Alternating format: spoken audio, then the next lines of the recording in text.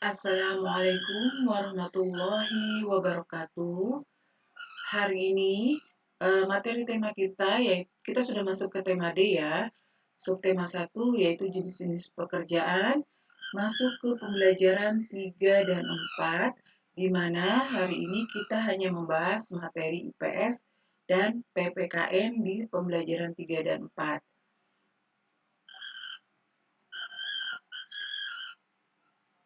Yang pertama, IPS yaitu kegiatan ekonomi dan lapangan pekerjaan.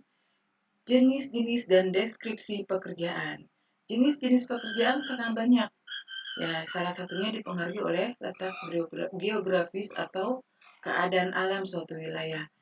Nah, berbagai macam jenis pekerjaan ini ada yang memanfaatkan sumber daya alam, ada juga yang tidak. Nah, yang jenis-jenis pekerjaan yang memanfaatkan sumber daya alam antara lain petani. Ya, petani memanfaatkan tanah, lahan untuk mengolahnya untuk ditanami berbagai jenis tanaman. Nelayan memanfaatkan sumber daya atau kekayaan alam di laut untuk diambil dan dikonsumsi atau dijual ya. Kemudian peternak juga memanfaatkan sumber daya alam dalam hal ini hewan atau binatang ternak ya untuk dipelihara, dikonsumsi dan juga bisa dijual.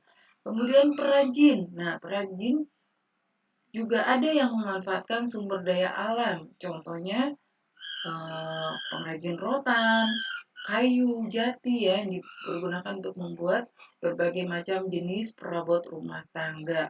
Ada lagi yang lainnya perajin yang menggunakan sumber daya alam, contohnya gerabah menggunakan tanah liat ya. Itulah beberapa contohnya. Kemudian jenis pekerjaan yang tidak memanfaatkan sumber daya alam. Di sini ada pegawai atau karyawan, ada dokter, wartawan, guru, polisi, pramuniaga. Ini adalah pekerjaan yang tidak memanfaatkan atau tidak menggunakan sumber daya alam, ya.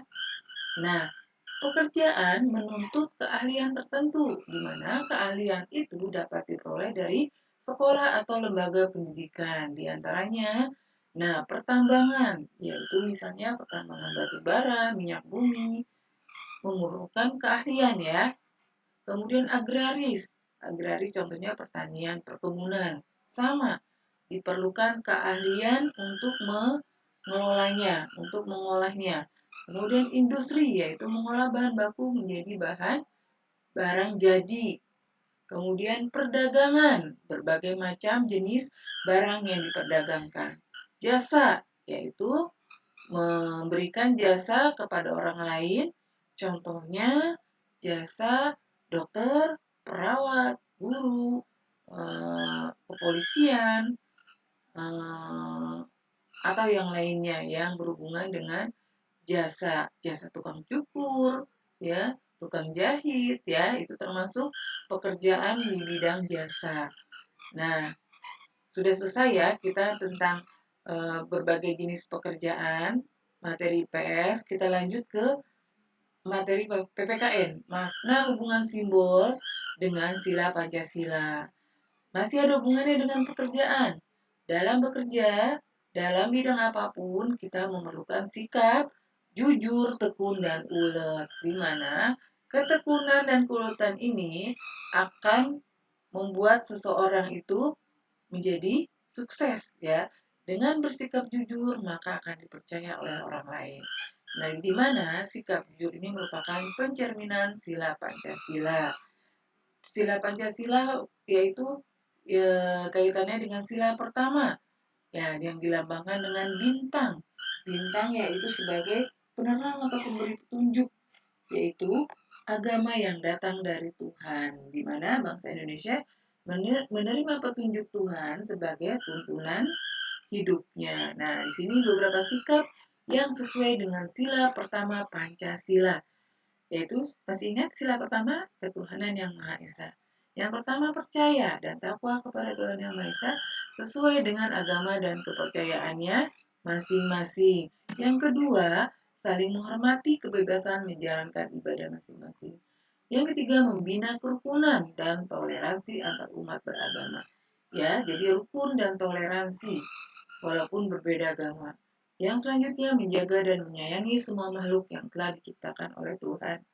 Yang terakhir, membina kerjasama dan tolong-menolong antar umat beragama. Walaupun kita berbeda, kita masing-masing menjalankan sesuai dengan agama dan kepercayaannya masing-masing, tetapi kita juga perlu membina kerjasama ya, dan juga wajib tolong menolong apabila ada saudara kita yang walaupun berbeda agama mengalami kesusahan. Demikian materi PPKN-nya, yaitu tentang hubungan simbol dengan sila Pancasila ya. Anak-anak bisa mempelajarinya lebih lanjut lagi, ada di buku, halaman 26 sampai 30 ya. Di situ bisa dibaca. Bunda hanya mengulas uh, tentang sila pertama. Untuk sila selanjutnya udah pasti anak-anak masih ingat kan ya. Sila Pancasila itu ada 5. Demikian materinya. Nanti tugasnya bisa dilihat di Google Classroom. Uh, Selamat mempelajari dan mengerjakan tugasnya. Bunda akhiri. Wassalamualaikum warahmatullahi wabarakatuh.